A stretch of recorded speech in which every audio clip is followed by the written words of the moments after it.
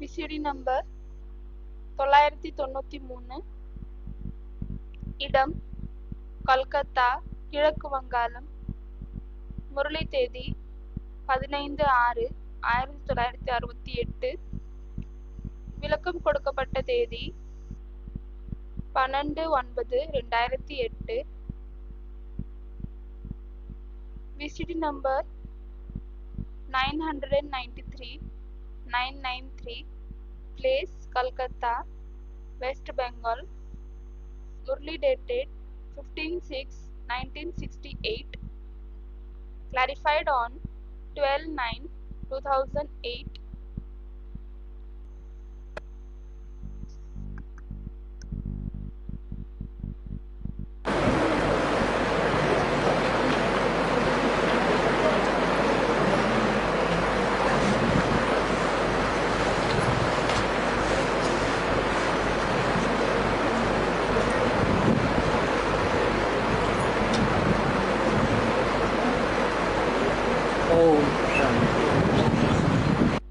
ओम शांति.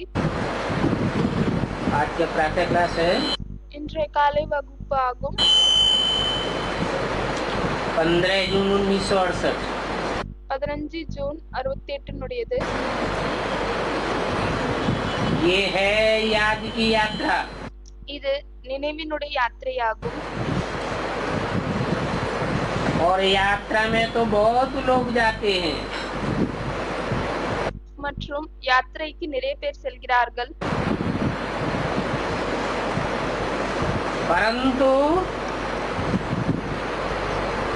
उसे स्थूल यात्रा के यात्री तुम नहीं हो. ஆனால் அந்த ஸ்தூலமான யாத்திரைக்கு செல்லக்கூடிய பயணிகள் நீங்கள் கிடையாது.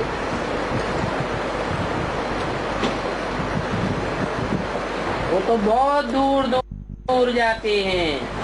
அவர்கள் மிகவும் தூரமாக செல்கிறார்கள். तुम तो बहुत नजदीक हो. ஆனால் நீங்கள் மிகவும் நெருக்கத்தில் இருக்கிறீர்கள். जो जो जहाँ भी हैं बाप को याद करते हैं. யாரெல்லாம் எங்க இருந்தாலும் சரி தந்தை நினைவு செய்து கொண்டிருக்கிறீர்கள். और याद करते हैं तो ऑटोमेटिक नजदीक आ जाते हैं. மற்றும் நினைவு செய்தால் ஆட்டோமேட்டிக்காக நெருக்கத்தில் வருகிறார்கள். जैसे चंद्रमा के आगे कोई सितारे बहुत नजदीक எப்படி होते हैं. சந்திரனுக்கு முன்னால் இருக்கக்கூடிய சில நட்சத்திரங்கள் மிகவும் நெருக்கத்தில் இருக்கிறது.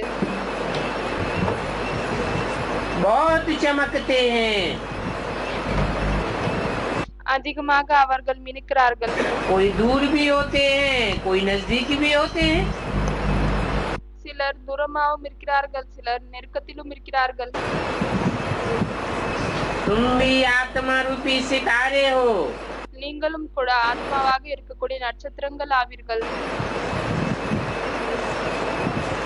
देखने में आता है ये स्टार तो बहुत चमकता है. இது பார்ப்பதில் வருகிறது என்னவென்றால் இந்த நட்சத்திரம் அதிகமாக மினுக்கிறது. आत्मा रूपी स्टार की रोशनी ஆத்மாவாக இருக்கக்கூடிய நட்சத்திரனின் வெளிச்சம் आंखों से चमकती है ना. கண்கள் மூலமாக மின்னுகிறது இல்லையா?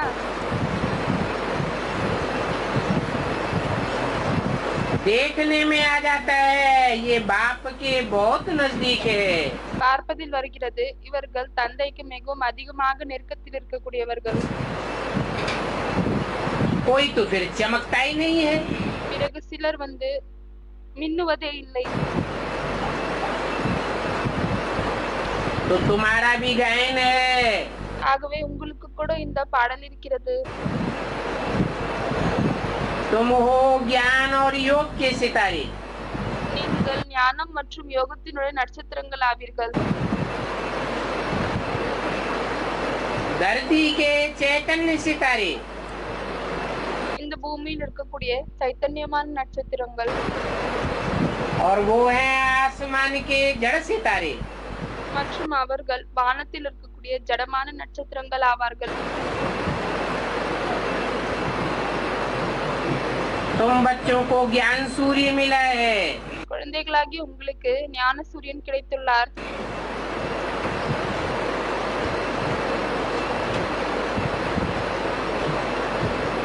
और ये ज्ञान सूर्य बाप மற்றும் இந்த ஞான சூரியன் தந்தை ज्ञानी तू आत्मा तुम बच्चों को ही याद करते हैं। ஞானி ஆத்மாக்களாக இருக்கக்கூடிய குழந்தைகளாகி உங்களை மற்றும் தான் நினைவு செய்கிறார். जो सर्विसेबल बच्चे हैं யார் சர்வீஸ் செய்யக்கூடிய குழந்தைகளாக இருக்கிறார்களோ तो ज्ञान सूर्य बाप भी उन लोगों को याद करते हैं। அப்பொழுது ஞான சூரியன் தந்தை கூட அவரை நினைவு செய்கிறார். क्योंकि ज्ञान की सर्विस करते हैं। ஏனென்றால் ஞானத்தின் சர்வீஸை செய்கிறார்கள். खुद में ज्ञान होगा तो दूसरों को सुनावेंगे। தனக்குள் ஞானம் இருந்தால் தான் மற்றவர்களுக்கு சொல்வார்கள். तो ऐसे ज्ञानी तू आत्मा बच्चे ஆகவே இப்படியே தான் ஞானி ஆத்மாக்களாக இருக்கக்கூடிய குழந்தைகள் बाप को याद करते हैं। தந்தை நினைவு செய்கிறார்கள். जो बच्चे बाप को याद नहीं करते हैं எந்த குழந்தைகள் தந்தை நினைவு செய்வதில்லையோ उनको बाप की याद भी नहीं पहुंचती है। அவர்களிடம் தந்தையினுடைய நினைவு கூட சேராது. क्योंकि दिल से दिल को राहत होती है। ஏனென்றால் ஒரு மனதால் இன்னொரு மனதிற்கு ஈர்ப்பு ஏற்படுகிறது. ये याद से याद मिलती है। நினைவின் மூலமாக தான் இந்த நினைவு கூட கலக்கிறது. जरूर मिलती है। கண்டிப்பாக கலக்கிறது. बच्चों को भी याद करना है। குழந்தைகளுக்கு கூட நினைவு செய்ய வேண்டும். बच्चे कहते हैं बाबा आप हमको याद करते हैं। குழந்தைகள் சொல்கிறார்கள் பாபா நீங்கள் எங்களை நினைவு செய்கிறீர்களா? बाप कहते हैं क्यों नहीं। அப்பொழுது தந்தை சொல்கிறார் ஏன் செய்ய மாட்டேன். सर्विसेबल बच्चों को मैं क्यों नहीं याद करूंगा। சர்வீசபிள் குழந்தைகளை நான் ஏன் நினைவு செய்ய மாட்டேன். इसी रीते बच्चों को याद क्यों नहीं करते हैं। இந்த விதமாக குழந்தைகளை ஏன் நினைவு செய்ய மாட்டார்.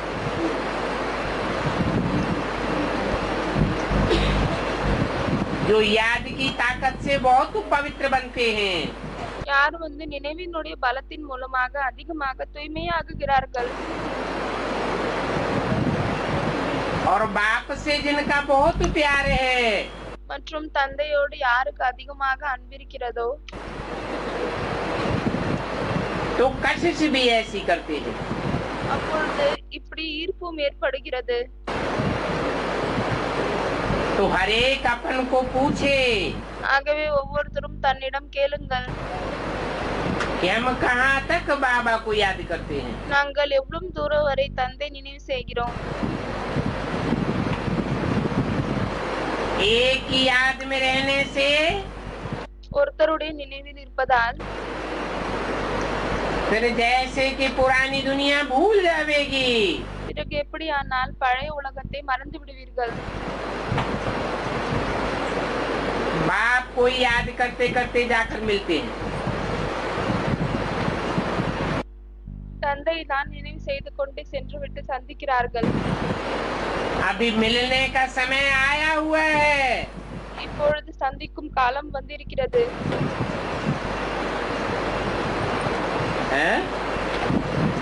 कौन से सन की वाणी है?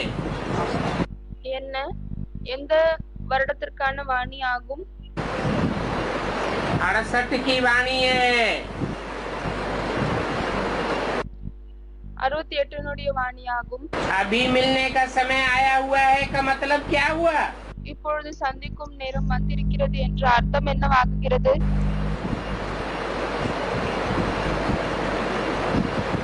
कि बच्चे बाप से प्रैक्टिकल में अभी मिलन मनाने वाले हैं। என்னவென்றால் குழந்தைகள் இப்பொழுது பிராக்டிகலில் தந்தையோடு சந்திக்கவிருக்கிறார்கள். ये ड्रामा का राज भी बाप ने बच्चों को समझाया। இந்த டிராமாவினுடைய ரகசியத்தையும் தந்தை குழந்தைகளுக்கு புரிய வைத்திருக்கிறார்.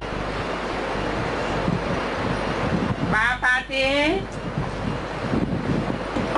तो आकर के अपना रूहानी बच्चा बनाते हैं. தந்தை வருகிறார், அப்பொழுது வந்துவிட்டு குழந்தைகளை தன்னுடைய ஆன்மீக குழந்தைகள் ஆக்குகிறார். शूद्रों को रूहानी बच्चा नहीं कहेंगे. சூத்ரர்களை ஆன்மீக குழந்தை என்று சொல்ல முடியாது. वो तो देहाभिमान में रहने वाले हैं. அவர்கள் தேகாபிமானத்தில் இருக்கக்கூடியவர்கள் ஆவார்கள். ब्रह्मा द्वारा शूद्रों को ब्राह्मण बनाते हैं. பிரம்மாவின் மூலமாக சூத்ரர்களை பிராமணர்கள் ஆக்குகிறார். और ब्राह्मणों में भी फिर छटनी होती है. பிராமணர்களில் இருந்தும் பிறகு பொறுக்கப்படுகிறது. इनकी आत्मा की सुई யாருடைய ஆத்மாவின் ஊசி कट रहित होती है. துரும்பு இல்லாமல் இருக்கிறதோ उनके लिए समझा जाए कि बाप से मिलने का समय आया हुआ है. அவர்களுக்காக தான் புரிந்து கொள்ளப்படுகிறது தந்தையிடம் சந்திக்கும் நேரம் வந்துவிட்டது என்று. बाप उनको अपना रूहानी बच्चा बनाते हैं. தந்தை அவர்களை தன்னுடைய ஆன்மீக குழந்தைகளாக்குகிறார்.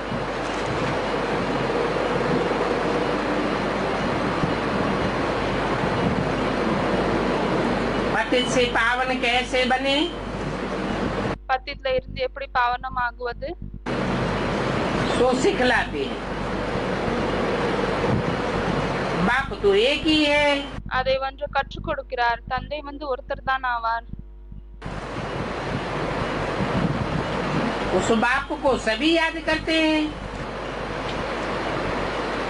அந்த தந்தையை அனைவருமே நினைவு செய்கிறார்கள். परंतु याद सभी को नंबरवार अपने अपने पुरुषार्थ अनुसार मिलती है. ஆனால் அனைவருக்குமே நினைவு தன்னுடைய வரிசைகரமான புருஷார்த்தத்திற்கு அடிப்படையில் தான் கிடைக்கிறது.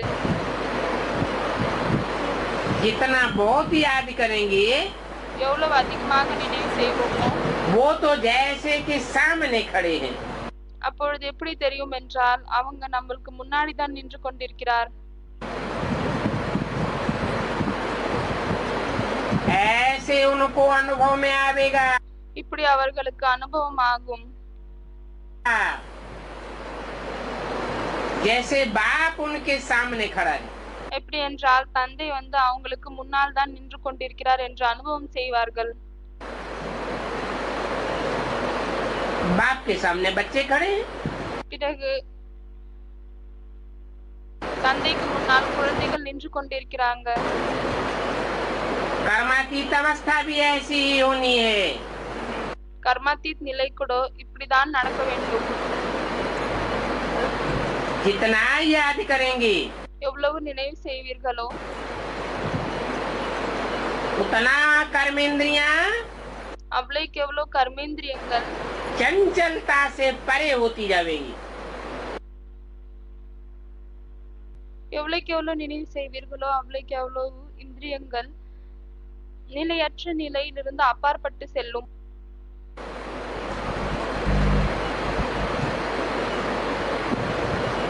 बच्चे जानते हैं குழந்தைகள் அறிவார்கள் कर्मेंद्रियां बहुत चंचलता करती हैं. கர்மேந்திரியங்களில் மிகவும் அதிகமாக நிலையற்ற நிலைமை இருக்கிறது. उसको कोई माया कहा जाता है. அதைதான் மாயை என்று சொல்லப்படுகிறது. तो कर्मेंद्रियों से अर्थात कर्मेंद्रियों की चंचलता से ஆகவே கர்மேந்திரியங்களில் இருந்து அப்படியானால் கர்மேந்திரியங்களில் உருவாகக்கூடிய அந்த நிலையற்ற நிலைமையில் இருந்து कोई भी खराब काम नहीं होना चाहिए. எந்த ஒரு கெட்ட செயலும் நடக்கக்கூடாது. जैसे नागे सन्यासी होते हैं. எப்படி நாக சந்நியாசிகள் இருக்கிறார்கள். वो तो कर्मेंद्रियों को दवाइयों से निरस्त कर देते हैं.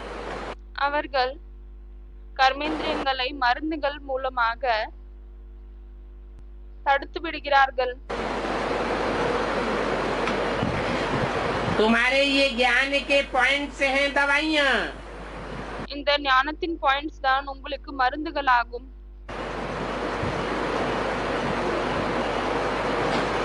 याद भी तुम्हारी दवाई है।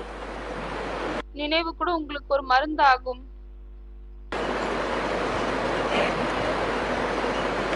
क्योंकि यहाँ तो कर्मेंद्रियों को ஏனென்றால் இங்கு வந்து கர்மேந்திரியங்களை याद के बल से நினைவின் பலத்தின் மூலமாக தான் वशीभूत करना होता है। வசத்தில் கொண்டு வர வேண்டியதாக உள்ளது.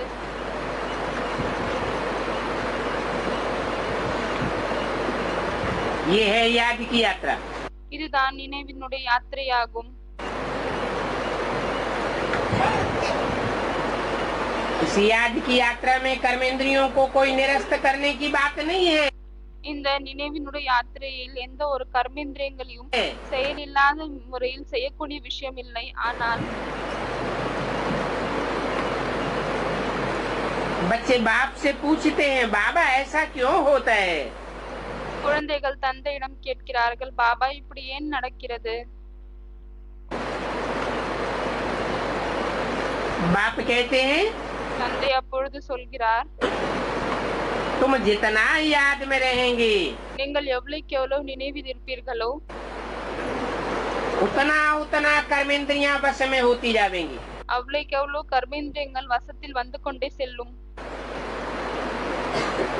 देहभान में रहेंगे தேகபானத்தில் இருந்தால் तो कर्मेंद्रियों की चंचलता बढ़ती जाएगी। அப்பொழுது கர்மேந்திரியங்களின் நிலையற்ற நிலை அதிகமாகிக் கொண்டேதான் செல்லும். बाप को तो देह ही नहीं है, தந்தைக்கு தேகமே இல்லை.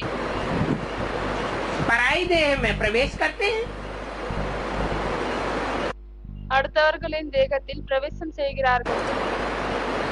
तो बाप को तो कोई कर्मेंद्रियों की चंचलता की बात ही नहीं।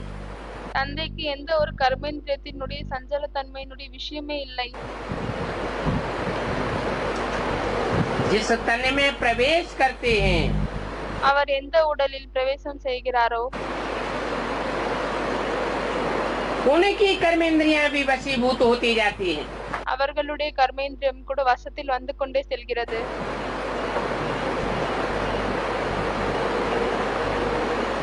आखिरी ये कर्मेंद्रियां கடைசியாக இந்த கர்மேந்திரியங்கள் पूरी वश में हो जाएंगी। முழுமையாக வசத்தில் வந்துவிடும்.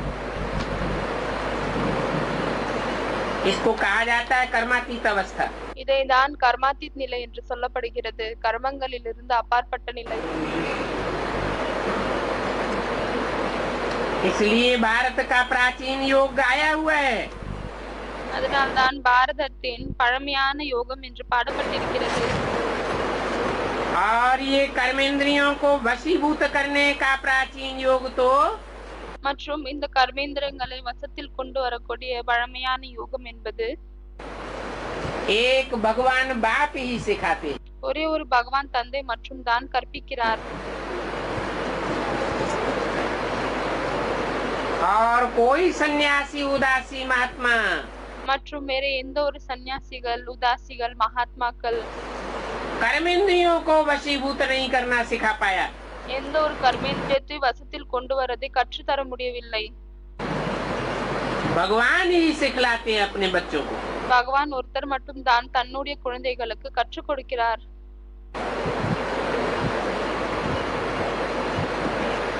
ये तो जानते हो। இதை நீங்கள் அறிவீர்கள். सबसे कड़ी कर्मेंद्रिय है काम विकार की। மிகவும் பிரபலமான கர்மேந்திரம் என்னவென்றால் காம விகாரத்தினுடைய உறுப்பாகும்.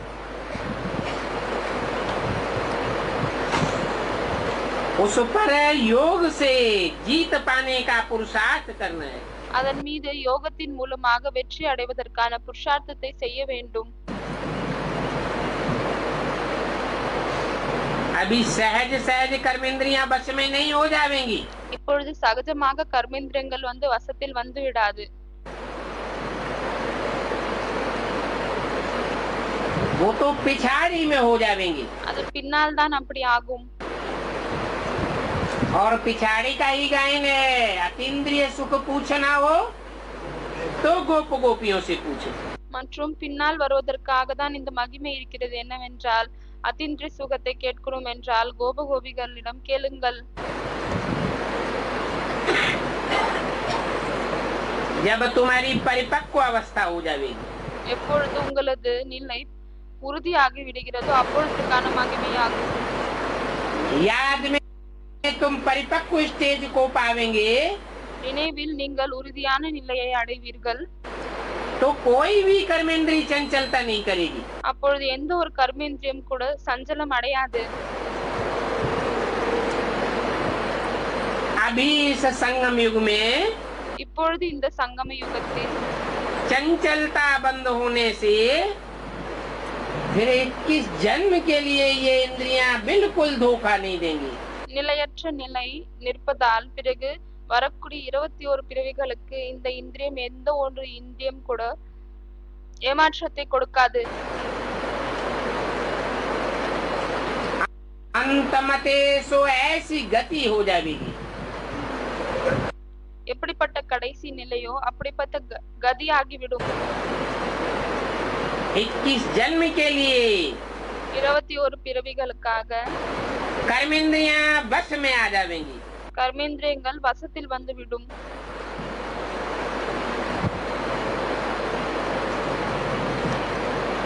सबसे मुख्य है काम। எல்லாத்தை விட முக்கியமானது காம விகாரமாகும். याद करते करते कामेंद्रिय वश में हो जाएगी। நினைவு இது கொண்டே இருக்கும் பொழுது காமேந்திரியம் வசத்தில் வந்துவிடும். फिर उससे कोई भी उल्टा काम नहीं होगा। அதற்கு பிறகு அதன் மூலமாக எந்த ஒரு தலைகீழான செயல்கள் நடக்காது. अभी कर्मेंद्रियों को वश करने से இப்பொழுது கர்மேந்திரியங்களை வசத்தில் கொண்டு வருவதால் आधा कल्प के लिए इनाम मिल जाता है। அரை கல்பத்திற்காக பரிசு கிடைத்து விடுகிறது. वश नहीं कर पाते हैं வசத்தில் கொண்டு வருவதில்லை என்றால் तो फिर पाप रह जाते हैं। பிறகு பாவங்கள் இருந்து விடுகிறது. जिनके पाप रह जाएंगे யாருடைய பாவங்கள் இருந்து விடுமோ उनको फिर धर्मराज की सजाएं खानी पड़ेंगी। அவர்களுக்கு பிறகு தர்மராஜனுடைய சஜா தண்டனையை அனுபவிக்க வேண்டியதாக இருக்கும். तुम्हारे पाप योग बल से कट जाएंगे। உங்களுடைய பாவங்கள் யோக பலத்தின் மூலமாக தான் முடிந்துவிடும்.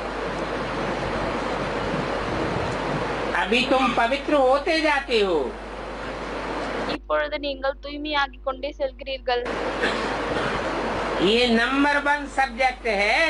இது முதல் நம்பர் சப்ஜெக்ட் ஆகும். बाप को बुलाते भी हैं पति से पावन होने के लिए। தந்தை அழைக்கவும் செய்கிறார்கள் பத்தித்துல இருந்து பாவனமாகுங்கள் என்று.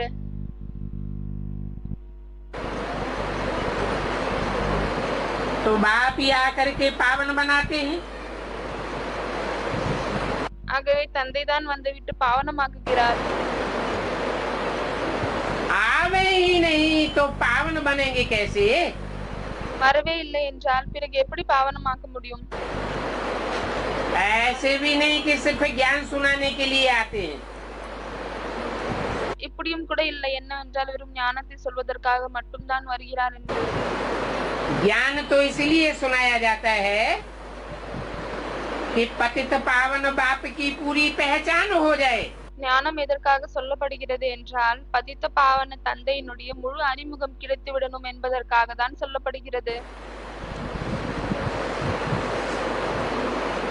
सर्वव्यापी का ज्ञान बुद्धि में से उड़ जाए। சர்வவியாபியினுடைய ஞானம் புத்தியில இருந்து பறந்து விடணும். बुद्धि को एक ठिकाने मिल जाए। புத்திற்கு ஒரு நிரந்தரமான இடம் கிடைத்து விட வேண்டும். बच्चे जानते हैं कि बाप ही नालिशफुल है। जो குழந்தைகள் அறிவார்கள் தந்தை தான் நாலேஜ்ஃபுல் ஆவார். कहते हैं अपन को आत्मा समझो। அதனால் தான் சொல்கிறார் தன்னை ஆத்மா என்று புரிந்து கொள்ளுங்கள். बाप को याद करो ये भी तो एक नॉलेज है। தந்தையை நினைவு செய்யுங்கள், இதுவும் கூட தானே ஒரு நாலேஜ் ஆகும். फिर याद में परिपक्व हो जाएंगे பிறகு நிலையில் பரிபக்குவமாகிவிட்டால் तो दैवी गुण अपने आप ही मर्ज हो जाएंगे। பிறகு தெய்வீக குணங்கள் தானாகவே வெளியே வந்துவிடும். बच्चे जानते हैं குழந்தைகள் இதை அறிவார்கள். अभी हम मनुष्य से देवता बनते हैं, இப்பொழுது நாம் மனிதர்களில் இருந்து தேவதைகளாக ஆகிக் கொண்டிருக்கிறோம்.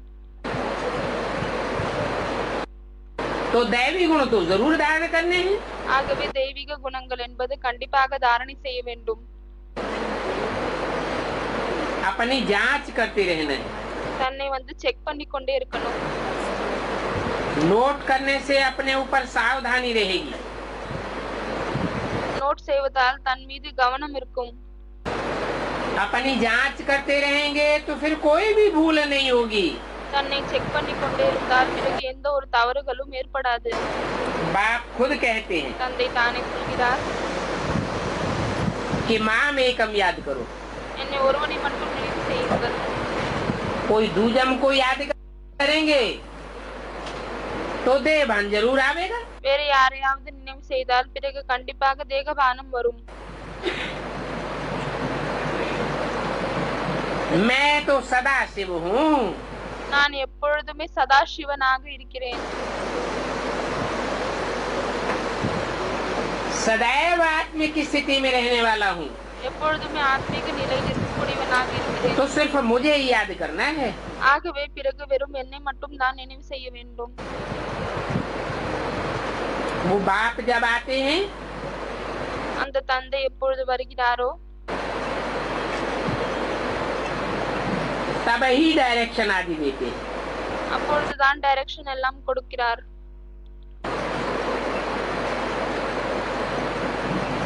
क्या என்ன? ब्रह्मा के तन में आए उस समय डायरेक्शन नहीं मिले क्या? பிரம்மாவினுடைய உடலில் எப்பொழுது வந்தாரோ அந்த நேரத்தில் டைரக்ஷன் எதுவுமே கிடைக்கவில்லையா என்ன?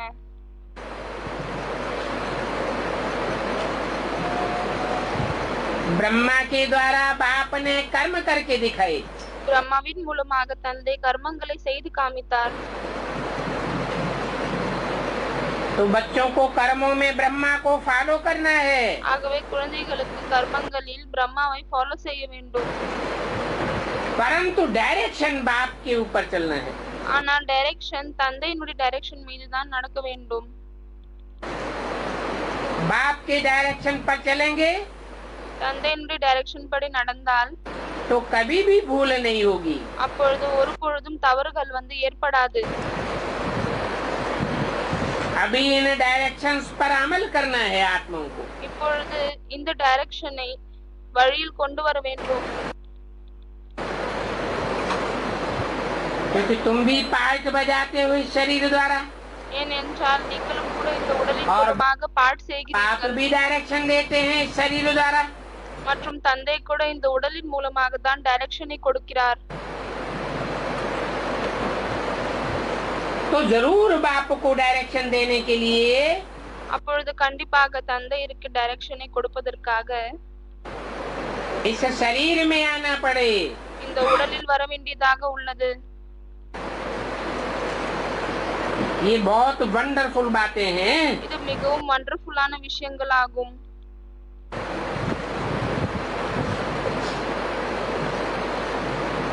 बाप की पहचान के लिए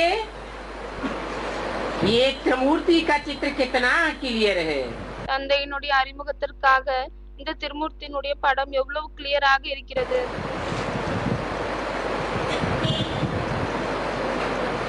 कहते भी हैं देव देव महादेव। சொல்லவும் செய்கிறார்கள் தேவ தேவ மகாதேவன் என்று.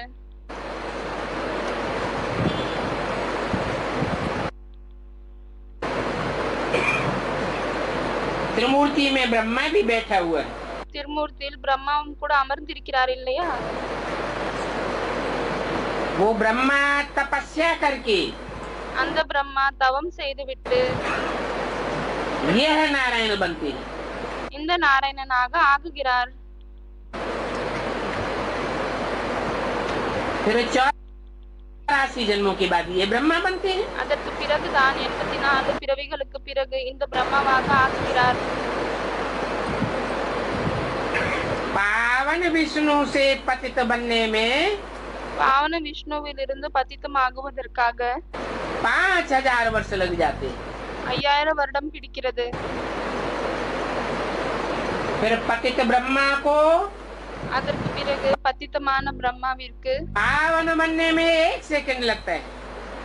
பாவனமாகுவதற்காக 1 செகண்ட் தான் பிடிக்கிறது. तो ये बात भी बुद्धि में बच्चों को याद रहे ஆகவே இந்த விஷயம் கூட குழந்தைகளுக்கு புத்தியில் நினைவில் இருக்க வேண்டும். कि हम ब्राह्मण ही स्वदेवता थे।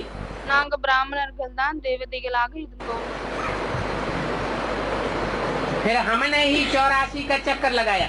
அதற்கு பிறகு நாம் தான் இந்த 84 சக்கரத்தை சுற்றி வந்தோம்.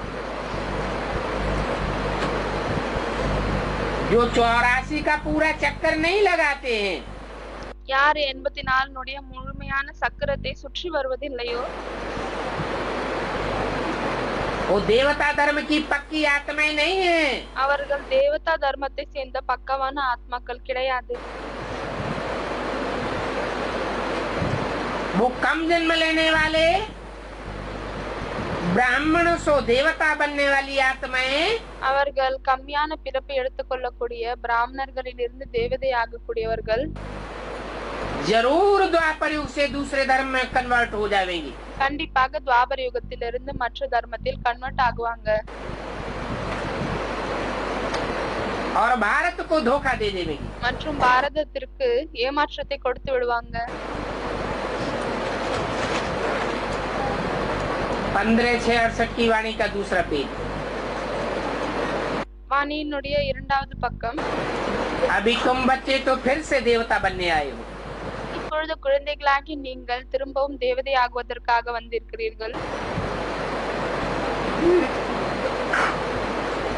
ब्राह्मण सो देवता बनते हो तो फिर देवताओं की डायनेस्टी हो जाती है। பிராமணர்களிலிருந்து தேவதையாக ஆகிறீர்கள். அப்பொழுது தேவதையினுடைய டைனஸ்டி இருக்கிறது, வம்சம் இருக்கிறது. तो देवताओं की डायनेस्टी तुम्हारे द्वारा शुरू होती है। ஆகவே தேவதைகளுடைய வம்சம் உங்கள் மூலமாக தான் தொடங்குகிறது. और जो नंबरवार कच्चे पक्के ब्राह्मण हैं उनके द्वारा डायनेस्टी नहीं शुरू होती। மற்றும் வரிசைகரமாக யாரு கச்சா பக்கா பிராமணர்கள் இருக்கிறார்கள் அவர்கள் மூலமாக உருவாகுவதில்லை.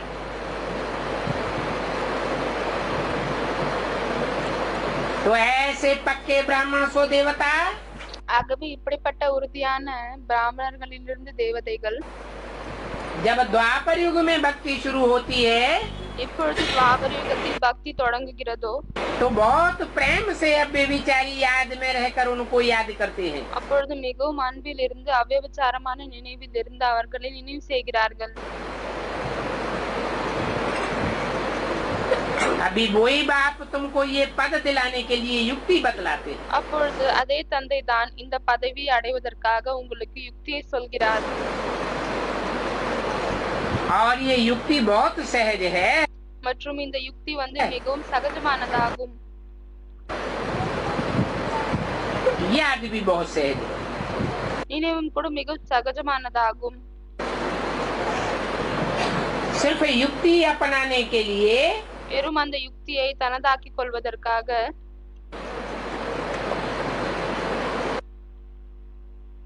जो बुद्धि रूपी घड़ा है या बुद्धि रूपी बर्तन है இந்த புத்தி ரூபமான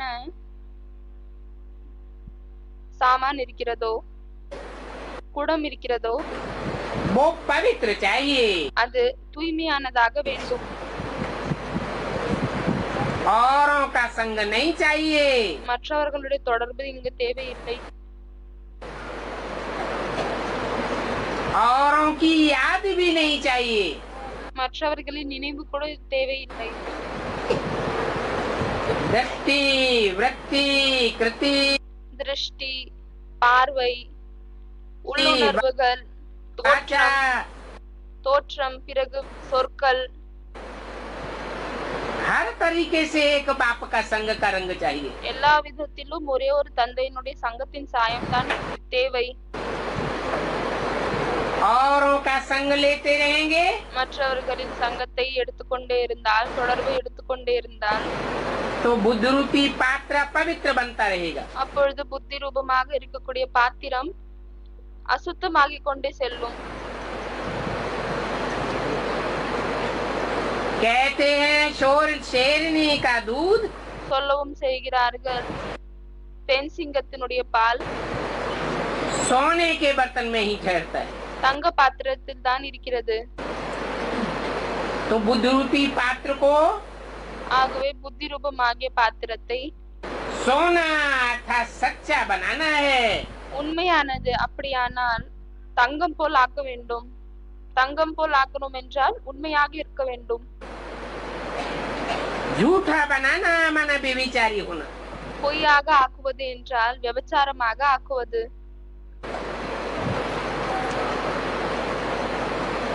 अभी तुम बच्चे जितना जितना पुरुषार्थ करेंगे இப்பொழுது குழந்தைகளாகி நீங்கள் எவ்வளவுக்கு எவ்வளவு புருஷார்த்தத்தை செய்வீர்களோ आप बेविचारी बनने का, அவ்வியபச்சாரமாக ஆக்குவதற்காக एक बाप दूसरा न कोई ऐसी स्टेज में रहने का, ஒரு தந்தை வேறு யாருமே இல்லை இப்படிப்பட்ட ஸ்டேஜில் இருப்பதற்காக उतना नए नए पॉइंट्स तुम्हारी बुद्धि में इमर्ज होते रहेंगे। அவ்வளவுக்கு அவ்வளவு புதிய புதிய பாயிண்ட்ஸ் உங்களுடைய புத்தியில் இமர்ஜ் ஆகி கொண்டே செல்லும். खुद की बुद्धि में नए नए पॉइंट इमर्ज होंगे தன்னுடைய புத்தியில் வந்து புதிய புதிய பாயிண்ட்ஸ் இமர்ஜ் ஆகும். तो வெளியே வரும். कहेंगे अपनी घोट तो नशा चढ़ा। அப்பொழுது சொல்லப்படுகிறது,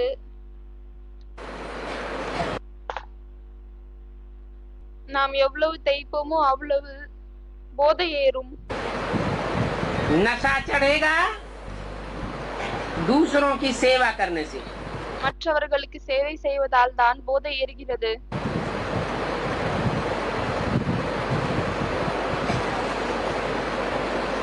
ये बुद्धि को जैसे खुशी की खुराक मिल जाती है, இந்த புத்திற்கு எப்படியானால் சந்தோஷத்தின் போஜனம் கிடைக்கிறது.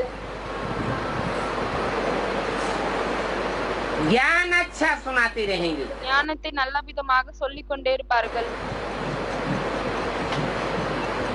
ऐसे समझेंगे जैसे कि बाबा हमारे में प्रवेश करके मुरली चलाए रहे। இப்படி புரிந்து கொள்வார்கள், எப்படியானால் பாபா எங்களுக்குள் பிரவேசம் செய்துவிட்டு முரளியை நடத்துகிறார்.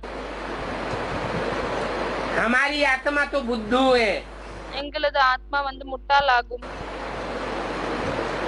अंतिम जन्म में तमो प्रधान है। கடைசி பிறவியில் தமோ பிரதானமாகும். बाप दादा ही चलाए रहे हैं। பாப் தாதா தான் இதை நடத்த வைக்கிறார். करण करावनहार कराए रहा है। செய்யக்கூடியவர் செய்விக்கக்கூடியவர் செய்வித்துக் கொண்டே இருக்கிறார். तो बच्चों को बाबा बहुत मदद करते हैं। ஆகவே குழந்தைகளுக்கு பாபா மிகவும் அதிகமாக உதவுகிறார். कभी दृष्टि की मदद देते हैं, சில நேரம் பார்வையின் மூலமாக உதவுகிறார். सेवा की फील्ड में சேவையின் ஃபீல்டுல कभी ज्ञान की मदद देते हैं। சில நேரம் ஞானத்தின் மூலமாக உதவுகிறார். अब जो बच्चे जितनी हिम्मत करें, இப்பொழுது எந்த குழந்தைகள் எவ்வளவு தைரியத்தை வைப்பார்களோ, सेवा के फील्ड में रहने की, சேவையினுடைய ஃபீல்டில் இருப்பதற்காக எவ்வளவு தைரியம் வைப்பார்களோ, औरों का कल्याण तो करना ही है। மற்றவர்களின் நன்மை செய்ய வேண்டும் இல்லையா? परंतु वह कल्याण भी ड्रामा में नूद है। ஆனால் அந்த நன்மை கூட டிராமாவில் தான் இருக்கிறது, அடங்கி இருக்கிறது. ड्रामा का एक सेकंड न मिले दूसरे सेकंड से। டிராமாவினுடைய ஒரு செகண்ட் இன்னொரு செகண்டோடு ஒன்று போகாது. अभी टाइम तो पास होता जाता है। இப்பொழுது நேரம் வந்து கடந்து கொண்டேதான் செல்கிறது. इतने वर्ष, इतने मास, इतने घंटे, இவ்வளவு வருடம், இவ்வளவு மாதம், இவ்வளவு மணி நேரம், इतने सेकंड कैसे पास हो गए? இவ்வளவு செகண்ட் வந்து எப்படி பாஸ் ஆகி விட்டது? शुरू से लेकर के टाइम पास ही होता जाता है। ஆரம்பத்திலிருந்து கடைசி வரை நேரம் வந்து பாஸ் ஆகி கொண்டுதான் இருக்கிறது. और एक सेकंड की शूटिंग न मिले दूसरे सेकंड से। மற்றும் ஒரு செகண்டினுடைய ஷூட்டிங் இன்னொரு செகண்டோடு ஒன்று போகாது. ये जो सेकंड गया, இந்த செகண்ட் எது வந்து கடந்து விட்டதோ वो सेकंड फिर 5000 वर्ष के बाद रिपीट होगा। அந்த செகண்ட் திரும்பவும் 5000 வருடங்களுக்கு பிறகுதான் ரிப்பீட் ஆகும். बीच में ऐसा सेकंड कभी मिलने वाला नहीं है। நடுவில் இப்படிப்பட்ட செகண்ட் எதுவுமே கிடைக்க போவதில்லை. तो ये बात अच्छी रीति समझाना है। ஆகவே இந்த விஷயம் நல்ல விதமாக புரிய வைக்கணும். कि बाप सर्वव्यापी नहीं है, தந்தை சர்வவியாபி கிடையாது. एक व्यापी होकर के मुकर्रर रथ में आता है। ஒரு வியாபியாக இருந்து நிரந்தரமான உடலில் வருகிறார். ऐसे बाप की अव्यभिचारी याद இப்படிப்பட்ட தந்தையினுடைய அவிபச்சாரமான நினைவு जरूर करना है, கண்டிப்பாக செய்ய வேண்டும். जिससे विकर्म विनाश हो जाए। இதன் மூலமாக விகர்மங்கள் அழிந்துவிடும். इसके अलावा இதை தவிர पाप कर्मों को भस्म करने का कोई दूसरा उपाय नहीं है। பாவக்கர்மங்களை எரிப்பதற்காக வேற எந்த ஒரு வழி இல்லை. इतना समय जो कुछ करते आए हो, இவ்வளவு நேரம் என்னவெல்லாம் செய்து வந்திருக்கிறீர்களோ 63 जन्म से 63 பிறவிகளாக वो सभी थी भक्ति। அது அனைத்தும் பக்தியாக இருந்தது. भक्ति मार्ग में कहते भी हैं भक्ति का फल भगवान देते हैं। பக்தி மார்க்கத்தில் சொல்லவும் செய்கிறார்கள் பக்தியினுடைய பலனை பகவான் தான் கொடுப்பார் என்று. परंतु भगवान आकर भक्ति का फल क्या देंगे? ஆனால் பகவான் வந்துவிட்டு என்ன பக்தியினுடைய பலனை கொடுப்பார்? तो किसी को पता ही नहीं सिवाय तुम बच्चों के। இது குழந்தைகளாகி உங்களை தவிர வேறு யாருக்குமே வந்து தெரியாது.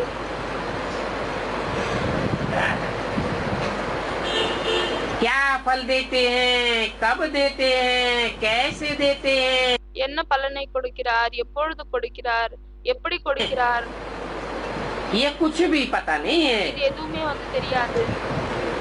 बाप जब आवे फल देने के लिए, தந்தை எப்பொழுது பலனை கொடுப்பதற்காக வருகிறாரோ तब लेने वाले देने वाले दोनों इकट्ठे हों। அப்பொழுது எடுத்துக்கொள்ளக்கூடியவர்கள் கொடுக்கக்கூடியவர்கள் அனைவருமே வந்து ஒன்றாக தான் இருக்க வேண்டும்.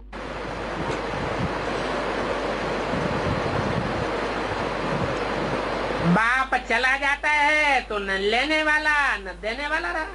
தந்தை சென்று விடுகிறார், அப்பொழுது எடுத்துக்கொள்ளக்கூடியவர் மற்றும் கொடுக்கக்கூடியவங்க யாருமே இல்லை. ड्रामा का पाठ आगे चलता जाता है। டிராமாவினுடைய பாட்டு வந்து முன்னாடி நடந்து கொண்டே இருக்கிறது.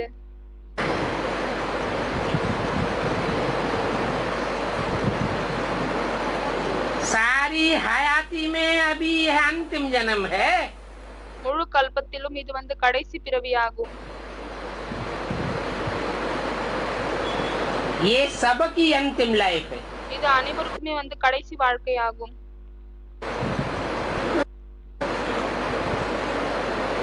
उसमें हो सकता है कोई शरीर भी छोड़ दे। அதுல இப்படி கூட நடக்கலாம், சிலர் வந்து உடலை கூட விட்டு விடுவார்கள். क्योंकि कोई दूसरा पार्ट बजाना है। ஏனென்றால் வேற ஏதாவது ஒரு பாட்டை செய்ய வேண்டியதாக இருக்கிறது. तो नया जन्म भी ले सकते हैं। அப்பொழுது புதிய உடலையும் கூட அவர்கள் பிறப்பையும் கூட எடுத்துக்கொள்ளலாம்.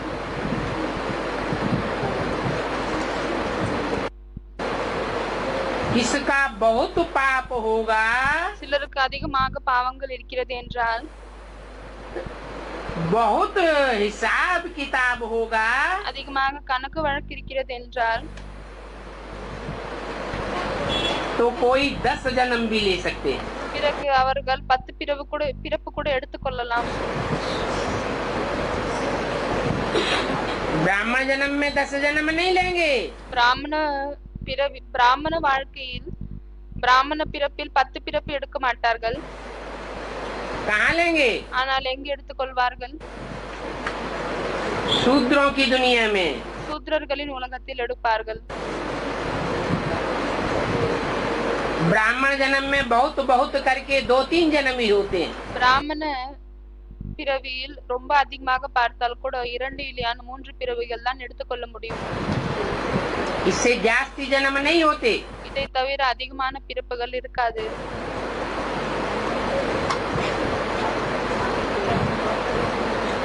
तो जिनको जास्ती जन्म लेना होगा, ஆகவே யாருக்கு அதிகமான பிறப்பை எடுக்க வேண்டியதாக இருக்குமோ घड़ी घड़ी एक जन्म लेकर फिर दूसरा तीसरा जन्म लेते रहेंगे। அடிக்கடி அவர்கள் 1, 2 இல்லையானால் 3வது பிறப்பை எடுத்துக்கொண்டே இருப்பார்கள். गर्भ में गया दुख भोगा, फिर கர்ப்பத்தில் போகுவார்கள், செல்வார்கள், துக்கத்தை அனுபவிப்பார்கள், शरीर छोड़ा, பிறகு உடலை விடுவார்கள், फिर दूसरा लिया। பிறகு திரும்பவும் இன்னொரு உடலை எடுத்துக்கொள்வார்கள். काशी करवट में भी ये हाल होता है। காசி கருவட்ல கூட இப்படிதான் இந்த நிலைமைதான் ஏற்படுகிறது. क्योंकि जन्म जन्मांतर के पाप सिर पर बहुत हैं। ஏனென்றால் நிறைய பிறவிக்கான பாவங்கள் தலைக்கு மீது இருக்கிறது.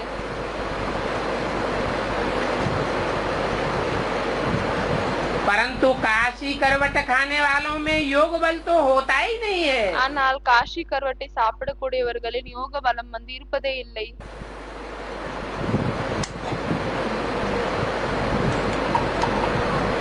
भक्ति मार्ग में काशी करवट खाना, பக்தி மார்க்கத்தில் காசி கருவட்டை சாப்பிடுவது ये है अपने शरीर को घात करना। இது என்னவென்றால் தன்னுடைய உடலுக்கு தற்கொலை செய்யும் போல் ஆகுகிறது.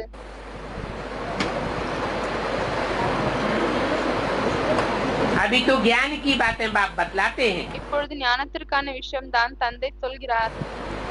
भक्ति मार्ग में भी कहते रहे, பக்தி மார்க்கத்தில் கூட சொல்லிக் கொண்டே இருந்தார். बाबा आप जब आवेंगे तो हम बाप पर बलिहारी जावेंगे। தந்தை எப்பொழுது வருவாரோ அப்பொழுது நாங்கள் தந்தைக்காக தான் முழுமையாக அர்ப்பணையாகி விடுவோம் என்று சொல்கிறார்கள். ये बलिहारी जाना ही पूरी श्रीमत पर चलना है। இந்த தந்தையின் மேல் அர்ப்பணம் ஆகுவது என்றால் முழுமையாக ஸ்ரீமத்தில் நடக்கும் விஷயமாகும். ये है ज्ञान मार्ग का काशी करवट। இதுதான் ஞான மார்க்கத்தினுடைய காஷி கருவட்டாகும்.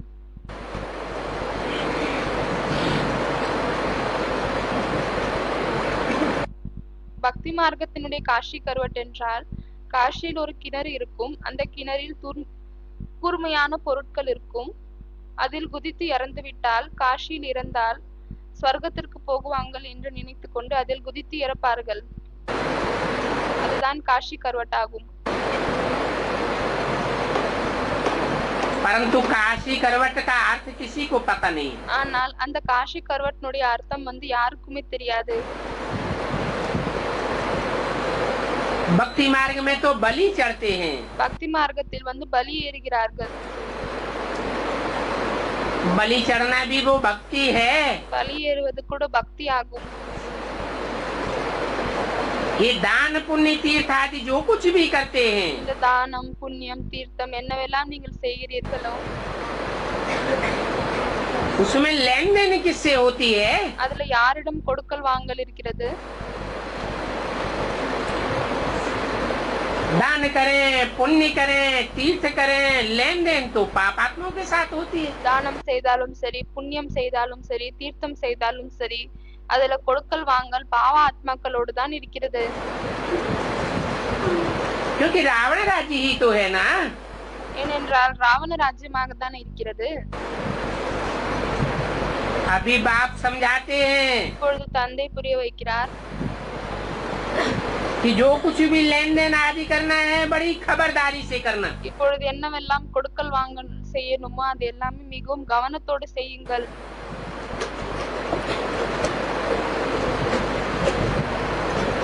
कहाँ कोई खराब काम में न लगाए देवे। ஏதோ ஒரு அதை கெட்ட வேலையில் ஈடுபடுத்தக்கூடாது.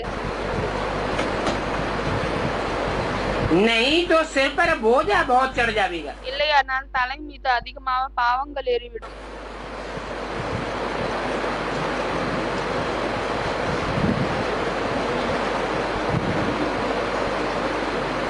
तो दान पुण्य भी बड़ा खबरदारी से करना है। ஆகவே தானம் புண்ணியம் இது கூட மிகவும் கவனமாக செய்ய வேண்டும்.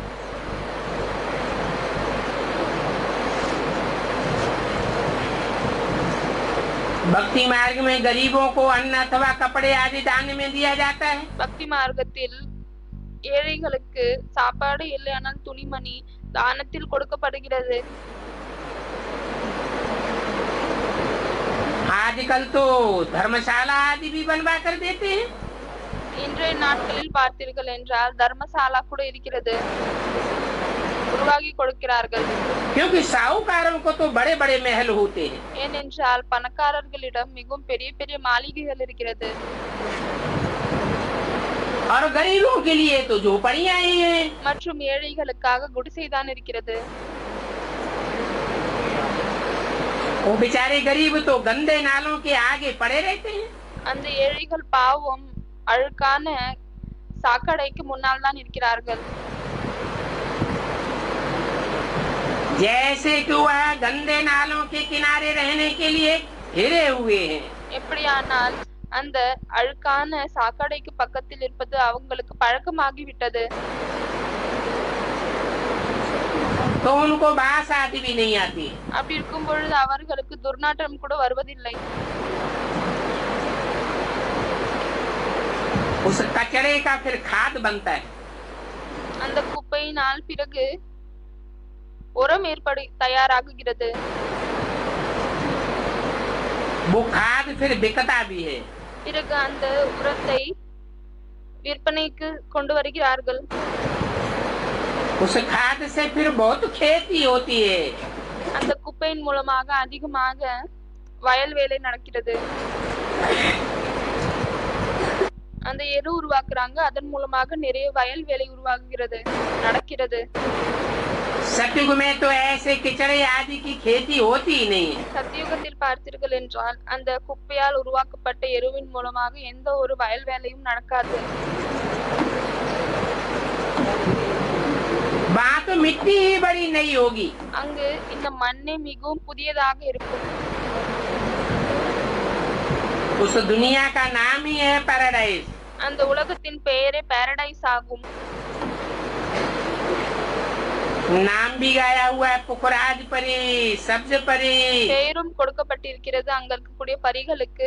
புக்ராஜ் பரி, சப்ஜ பரி.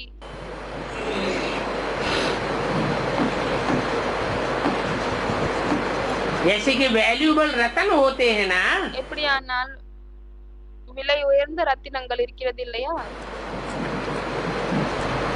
अभी ये आत्मा ही रतन है। இப்பொழுது இந்த ஆத்மா தான் ரத்தினமாகும். कैसे कैसे रतन है। எப்படியெல்லாம் ரத்தினமாக இருக்கிறது. कोई कैसी सर्विस करते हैं, कोई कितनी सर्विस करते हैं। சிலர் எப்படிப்பட்ட சர்வீஸை செய்கிறார்கள், சிலர் எவ்வளவு சர்வீஸ் செய்கிறார்கள்.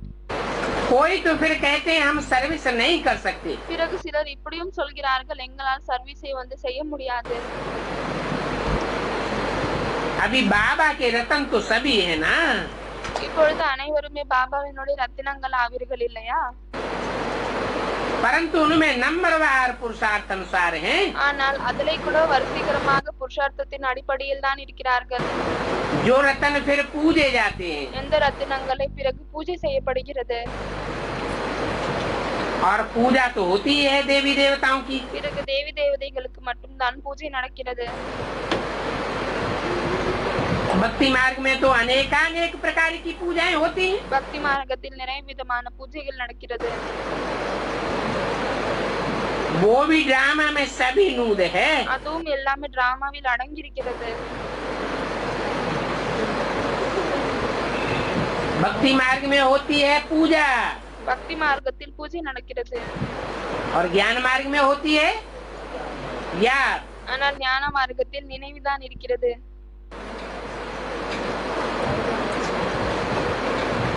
पूजा भी व्यभिचारी होती है பூஜையும் கூட விபச்சாரமாக இருக்கிறது और याद भी மற்றும் நினைவு கூட व्यभिचारी हो जाती है। விபச்சாரி ஆகிவிடுகிறது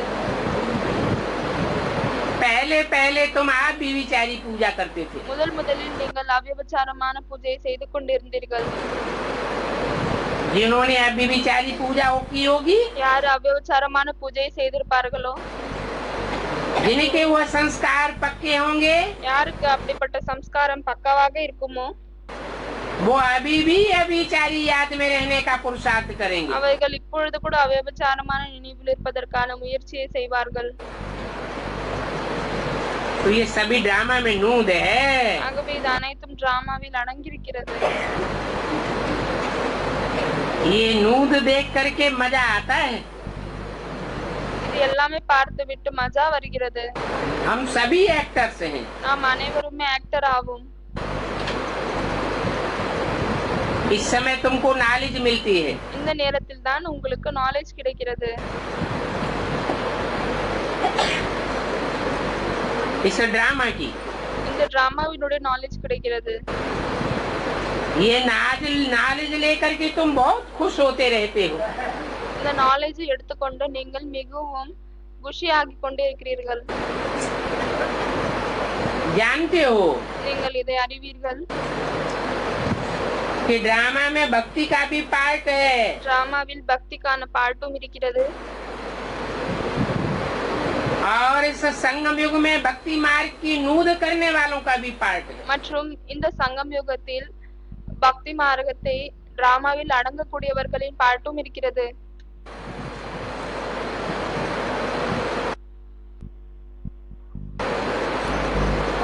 कोई ज्ञान मार्ग को जिंदाबाद करने वाले बच्चे हैं,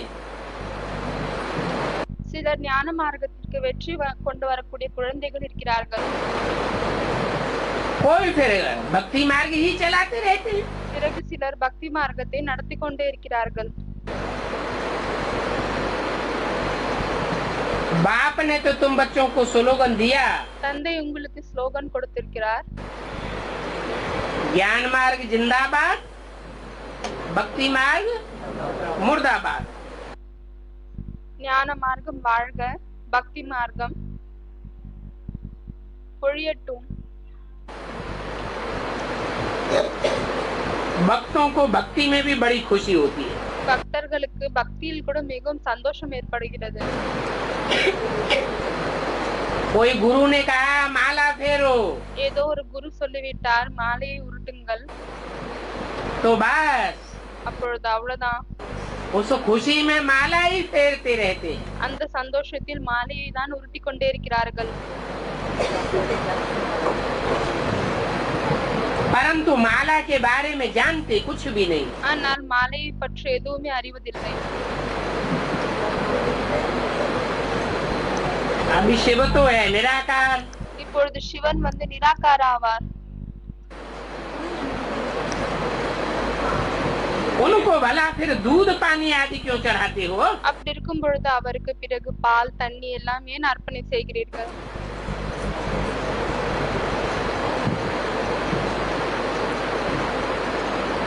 निराकार दूध पानी आदि पीता है क्या? உருவம் இல்லாதவர் பால் தண்ணி எல்லாம் குடிப்பாரா என்ன है? फिर किसको चढ़ाते हैं? பிறகு யாருக்கு பால் தண்ணி எல்லாம் கொடுக்கறாங்க और इसकी शूटिंग कैसे करते हैं? பிறகு அதனுடைய எப்படி ஷூட்டிங் செய்கிறார்கள் भक्ति मार्ग में जो भी क्रियाकलाप होते हैं பக்தி மார்க்கத்தில் என்னவெல்லாம் கர்மங்கள் செய்யப்படுகிறதோ उनकी शूटिंग कहाँ होती है? அதனுடைய ஷூட்டிங் வந்து எங்க நடக்கிறது अभी संगम युग में हो रही है। இப்பொழுது இந்த சங்கம் யுகத்தில் தான் நடந்து கொண்டிருக்கிறது तो जो दूध पानी चढ़ाते हैं, फल फूल चढ़ाते हैं, ஆகவே பூக்கள் பழங்கள் தண்ணீர் பால் என்னவெல்லாம் அர்ப்பணை செய்கிறார்களோ ये कहाँ की शूटिंग है? இது எல்லாமே எங்கத்திற்கான ஷூட்டிங் ஆகும் संगम युग की तो है, लेकिन कैसे சங்கம் யுகத்தினுடைய ஷூட்டிங் தான் ஆனால் எப்படி है? इसके ऊपर शिव तो बिंदी का नाम है। हाँ, जो साकार சிவன் மீது என்று சொன்னால் சிவன் புள்ளியாவார். பிறகு யாருடைய விஷயமாகும்? मुकर्रर रथ है எந்த சாக்காரமான நிரந்தரமான உடல் இருக்கிறதோ वो रथ ही पहले अज्ञानी था। அந்த उடலே முதலில் அஞ்ஞானியாக இருந்தார். उस अज्ञानी रथ को அந்த அஞ்ஞான உடலை बेसिक ज्ञान वालों ने பேசிக் ஞானத்தில் இருக்கக்கூடியவர்கள் दूध और पानी चढ़ा करके பால் மற்றும் தண்ணீரை அர்ப்பித்து क्या किया? என்ன செய்தார்கள்?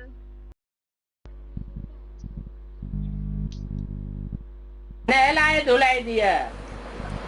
குளிப்பாட்டி விட்டனர். पूजन योग्य बनाए देते हैं। பூஜைக்கு தகுதி உள்ளவர்களாக ஆக்கிவிட்டனர். तो बोला ஆகவே சொல்லியிருக்கிறார், ये शूटिंग किसने की? இந்த ஷூட்டிங்கை யார் செய்தாங்க? करने वाले कौन है? செய்யக்கூடியவங்க யாராக இருந்தாங்க? अरे सूरज को पानी चढ़ाते हैं, उसे அரே சூரியனுக்கு தண்ணீரை அர்ப்பிக்கிறார்கள். स्थूल सूरज की तो बात नहीं है। ஆகவே இது ஸ்தூலமான சூரியனுடைய விஷயம் ஒன்றும் இல்லை. ज्ञान सूर्य की भी बात नहीं है। ज्ञान सूर्य को क्या पानी देंगे? மற்றும் ஞான சூரியனுடைய விஷயமும் இல்லை. ஞான சூரியனுக்கு போய் என்ன தண்ணீரை கொடுப்பீர்கள்? वो ज्ञान जल देने वाला है या लेने वाला है? அவர் சுயம் ஞான ஜலத்தை கொடுக்கக்கூடியவரா இல்லையானால் எடுத்துக்கொள்ளக்கூடியவரா? फिर ये शूटिंग कहाँ की है? ஆகவே இது எங்க இருக்கக்கூடிய ஷூட்டிங் ஆகும்? है? अरे बेसिक में वो आत्मा भी जब ज्ञान में आती है तो उसके ऊपर ज्ञान जल चढ़ाया जाता है। किसके அரே பேசிக்கில் கூட அந்த ஆத்மா எப்பொழுது வருகிறாரோ அப்பொழுது கூட அவர் மீது ஞான தண்ணீரை கொடுக்கப்படுகிறது. யார் மூலமாக? द्वारा? बेसिक ब्राह्मणों के द्वारा चढ़ाया जाता है। ये एडवांस वाले ब्राह्मण उसको ज्ञान देते हैं। பேசிக் பிராமணர்கள் மூலமாக கொடுக்கப்படுகிறதா இல்லையானால் அட்வான்ஸ் பிராமணர்கள் கொடுக்கிறார்களா? बेसिक वाले ज्ञान देते हैं। பேசிக்ல இருக்கக்கூடியவர்கள் ஞானத்தை வழங்குகிறார்கள். तो जैसे कि भक्तों के द्वारा शूटिंग हो जाती है, அப்பொழுது எப்படியானால் பக்தர்களின் மூலமாக ஷூட்டிங் நடந்து விடுகிறது. कितनी बेसमझी है। எவ்வளவு புரிதல் இல்லாமல் இருக்கிறது. मूर्तियों को भोग लगाते हैं। மூர்த்திகளுக்கு போகம் அர்ப்பிக்கிறார்கள். अब वो मूर्तियाँ कोई खाती थोड़े ही है। இப்பொழுது மூர்த்திகள் என்ன சாப்பிடுகிறதா என்ன? மூர்த்திகளுக்கு படையல் போடுறாங்க. அப்பொழுது அந்த மூர்த்திகள் என்ன சாப்பிடுகிறதா என்ன? भक्ति का पेशगीर कितना बड़ा हो गया है। பக்தி மார்க்கத்தினுடைய ஆடம்பரம் எவ்வளவு நீளமாகி விட்டது. जैसे कि झाड़ बड़ा होता है, எப்படியானால் ஒரு மரம் பெரிதாகுகிறது. बीज से कितना बड़ा झाड़ हो जाता है। விதையிலிருந்து மரம் எவ்வளவு பெரிதாகுகிறது. बाप आकर के ज्ञान का बीज डालते हैं। தந்தை வந்துவிட்டு ஞானத்தினுடைய விதையை விதைக்கிறார். उस ज्ञान रूपी बीज का फिर कितना विस्तार हो जाता है। பிறகு அந்த ஞானம் ரூபமாகிய விதைக்கு எவ்வளவு விஸ்தாரம் ஏற்படுகிறது. भक्ति भी झाड़ है, பக்தியும் கூட ஒரு மரம் ஆகும். ज्ञान बीज है। ஞானம் விதை ஆகும். ये झाड़ कितना बड़ा है वैरायटी मनुष्यों का। ஆகவே இந்த வெரைட்டி மனிதர்களுடைய மரம் எவ்வளவு பெரிதாக இருக்கிறது. अभी तुम्हारी बुद्धि में இப்பொழுது உங்களுடைய புத்தியில் रचयिता और रचना का सारा नॉलेज है। படைப்பு மற்றும் படைக்கக்கூடியவர்களுடைய முழு ஞானமும் இருக்கிறது. रचयिता बाप படைக்கக்கூடிய தந்தை और रचना को दुनिया में सिवाय तुम बच्चों के कोई भी नहीं जानते। மற்றும் படைப்பை குழந்தைகளாகிய உங்களை தவிர உலகில் யாருமே அறிய மாட்டார்கள். और तुम बच्चों में भी जानने वालों में नंबरवार हैं। மற்றும் குழந்தைகளாகிய உங்களில் கூட அறியக்கூடியவர்களில் வரிசைகரமாக இருக்கிறார்கள். जो जितना जानते हैं, யார் எவ்வளவு அறிவார்களோ, रचयिता बाप को जितना जानते हैं, படைக்கக்கூடிய தந்தையை எவ்வளவு அறிவார்களோ, उतना औरों को समझाते रहते हैं। அவ்வளவு மற்றவர்களுக்கு புரிய வைத்துக் கொண்டே இருப்பார்கள்। ऐसे बच्चों को तो सारा दिन बुद्धि में सर्विस ही सर्विस रहती है। இப்படிப்பட்ட குழந்தைகளுக்கு முழு நாளும் புத்தியில் சர்வீஸ் தான் இருக்கும்। सर्विस के सिवाय और कोई बात नहीं। சர்வீஸை தவிர வேற எந்த ஒரு விஷயமும் இல்லை। अभी आगे चल करके देखना இப்பொழுது இன்னும் போக போக பாருங்க कि कितने बच्चे अपनी हड्डियां भी सर्विस में स्वाहा करने वाले हैं। எத்தனை குழந்தைகள் தன்னுடைய எலும்பையும் கூட இந்த சர்வீஸில் அர்ப்பணிக்க இருக்கிறார்கள், சுவாஹா செய்ய போகிறார்கள்। இன்னும் போக போக பாருங்கள்। अभी तुम बच्चों ने இப்பொழுது குழந்தைகளாகி நீங்கள் रचयिता और रचना के आदि मध्य अंत को जाना है। படைப்பு மற்றும் படைக்கக்கூடியவர்களின் ஆரம்பம் நடு கடைசியை பற்றி அறிந்திருக்கிறீர்கள்।